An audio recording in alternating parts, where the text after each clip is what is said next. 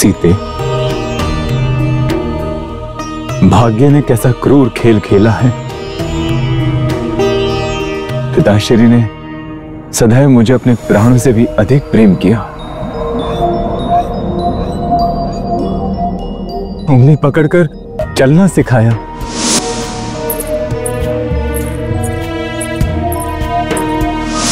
कितनी दंत कथाएं सुनाई। आज मैं तुम सबको रघुकुल की रीत वाली कथा सुनाता हूं। मेरे गुरुकुल जाने की बात भर से कितनी वेदना से भर उठे थे वो। राम, मेरे प्राण है गुरुवर, मेरा जीवन है राम। राम को मुझसे दूर न कीजिए गुरुवर, अन्यथा मैं जी नहीं पाऊंगा। और मैं अभागा उनके अंत समय में उनसे दूर रहा, उनका हाथ पकड़कर उन्हें सांत्वना तक नहीं दे पाया,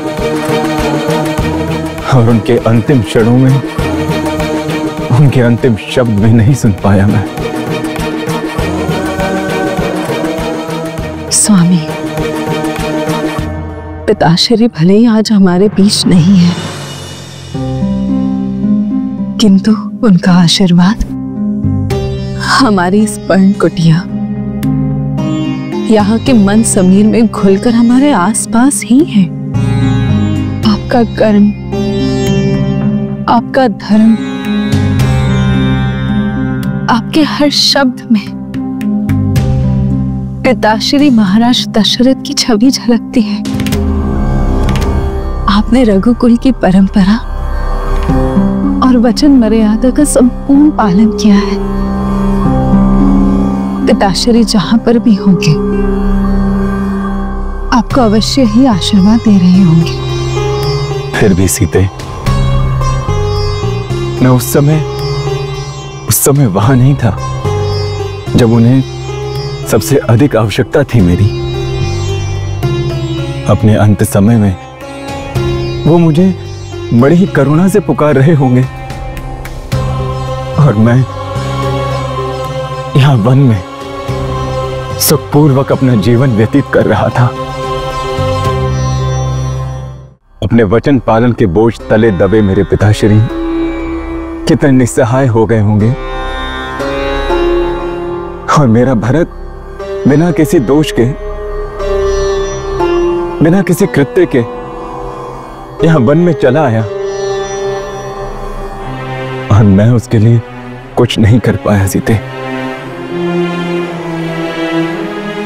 अपनों को इस प्रकार तड़पते हुए देखने से बड़ी पीड़ा और क्या हो सकती है। सीते, भैया, पिताश्री को खोने का दुख तो असहनीय है। यही नहीं, जब आपको वनवास हुआ तो मेरे मन में उमड़ रहे क्रोध ने मुझे अंधा बना दिया था। मैं भरत भैया को भी नहीं समझ पाया। मैं उन पर संशय कर बैठा था, उन पर फैसले उठा लिए थे मैंने भैया। और भरत भैया, उनके जैसा धर्मात्मा तो इस संसार में कोई हो ही नहीं सकता। राजपाट त्याग दिया, आपको मनाने के लिए यहां तक चले आए।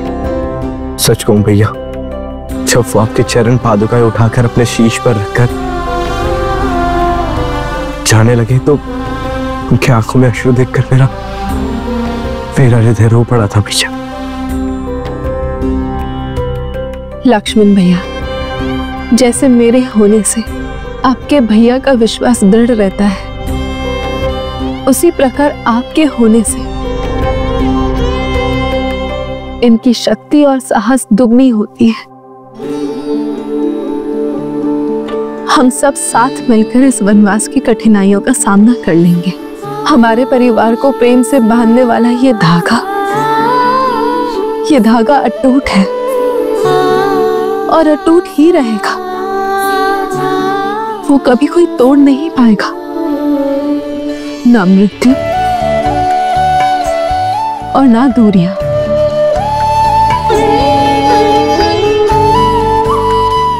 सीते, लक्ष्मण, मैं धन्य हूं जब तुम दोनों मेरे साथ हो। अब जो भी कठिनाइयां होंगी हम सब साथ में मिलकर के सहेंगे। जैसे भरत और शत्रुघ्न दोनों मिलकर के अपने दुख बांट रहे हैं, जैसे हमारी माताएं एक दूसरे के सहारे मिलकर के अपने मन की पीड़ा बांट रही हैं।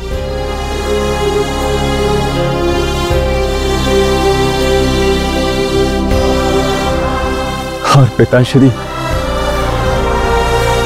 वहां कहीं रहते हुए भी हम सब पर उनकी दृष्टि होगी।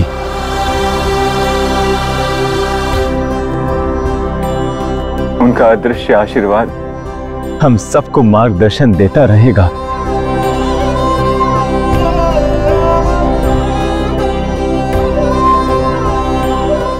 आओ लक्ष्मण, हम सब मिलकर के